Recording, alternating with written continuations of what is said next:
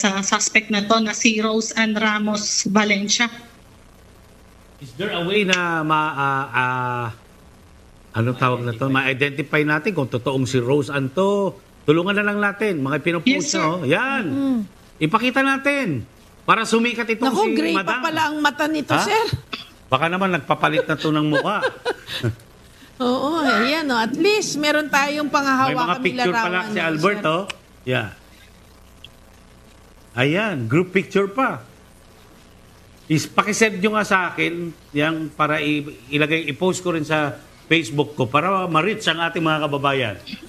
Attorney, sa mga ganyang pagkakataon, no, minsan kasi hindi natin sure kung sinabi niya nga yung pangalan niya, yun ba talaga ang pangalan? Anong pwedeng hanapin ng mga kababayan natin to identify talaga yung pangalan ng taong yun, yung tunay ba yun o hindi? Ano yung pwede nilang ipakita o hanapin doon sa kanilang katransaksyon?